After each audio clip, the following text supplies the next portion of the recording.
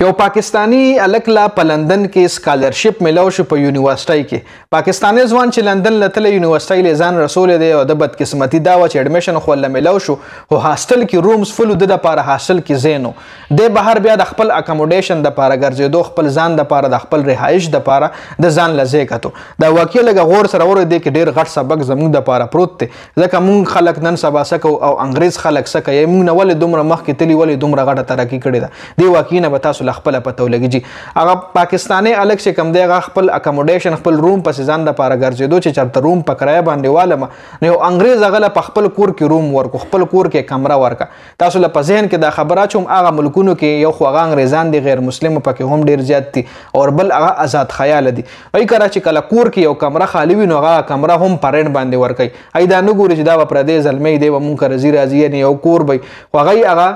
پاکستانی له یو کمره په خپل کور کې پرند باندې ورکا. پاکستانی هغه کور کې هغه سره اوسېدو جی بس خپل کمرې و یونیورسيټي له بتلو راتلو جی سټایم تیرېدو دغه خزه خاون چې کومو د یو وړو کې زوی هم نو هغه انګريز د لوي ته خو چرته زینه پاکستانی ته وي تنن کور لکه مطلب یونیورسيټي له خونه چټي دي یا بهر بخونوز پاکستانی ولوي نه زنوزم وای خزه مونږ چرته کار دی مونږ خزه خاون دی ولې عدل چې مونږ ز او د ما خزه زمون یو فلاني ځای کې کار د مونږه کار پسې او زما د وړو کې زوی چې کم دی بتا سره وي 2-3 غنټو کې مونږ واپس راځو په دل خیال کوه. پاکستان ولوي صحیح د بس داسې نظم به صحیح د خیال به کوم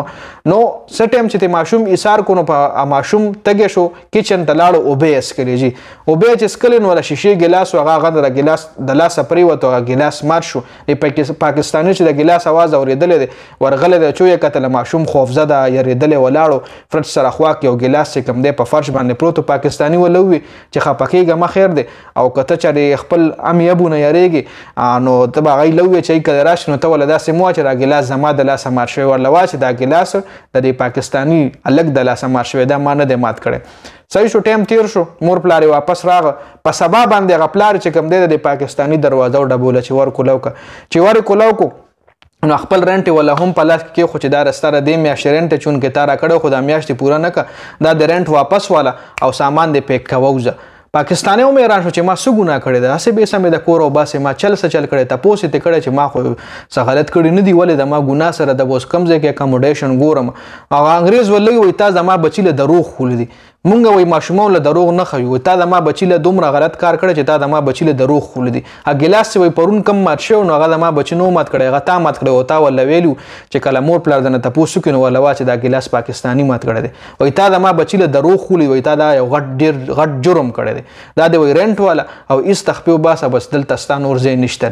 ګورای خپل بچو له دروغ هم نه خي او مونږه چې ماشومان رالویږي مونږ له کمې خبرې خیو جی پلار به کور کی وی ولوي وچې ورشه ولوا چې پلار می کور نشته یو خدا غټ درو دینه علاوه نور څومره غټ دروغ مونږ بچو له خیو څومره غټ دوکې مونږ بچو له خیو د بچو په مخ کې ماشومان ناشتي د غي په مخ کې مونږ کم الفاظ استعمال او د غي په مخ کې مونږ کم اکشن کو هغه ټولای کې اشکای نوٹ کوي سبا چې هغه بچي بیا رالوي شي هغه په هغه الفاظو باندې خپل خپل راړي هغه د مونږ هغه الفاظ د غي په معاشره کې نو ډیر غټ اثر په پروزي ځکه دغه ماشومان چې کوم وي په دغه سټیج کې د هر شی کاپی کوي ادای مثال دا سوي لکه یو فرش کمپیوټر یو تیز کمپیوټر چې به یوز شوی نه وي څومره تیزی سره هغه پروسسینګ کوي تاسو چې یو نوې موبایل واخلئ یو نوې لیټیسټ موبایل واخلئ میموري فل مطلب خالی وي او هر څه پکې څومره فاست چلی چې کله میموري فل شي بیا موبایل هم سلو شي بیټري هم دغه شي نو دغه ټایم کې د ماشومانو چې کم ذهن وي دا یو فرش هارد ډیسک کې فرش کمپیوټري هر څه د کیچ کوي هر څه د ځان سره کاپی کوي ګوري هر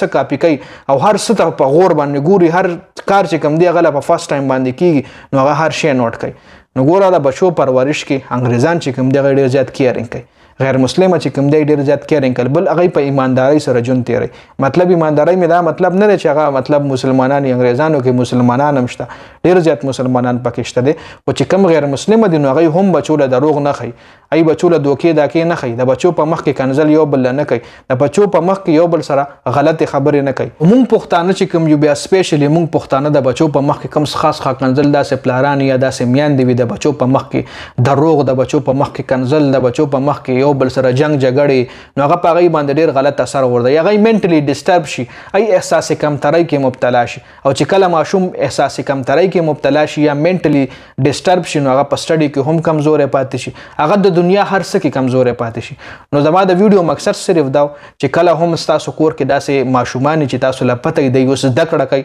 دی دپاره دا هر څه نوي دي نو د هغوی په مخ کې غلط الفاظ مې استعمالوئ هغوی له دروغ مخه د هغوی په مخ کې دروغ وایئ مه د هغوی په مخ کې دوکه مه کوئ د هغوی په مخ کې خپلو کې جنګ جګړې مه کوئ ځکه په دې باندې سره په هغوی باندې یو ډېر غټ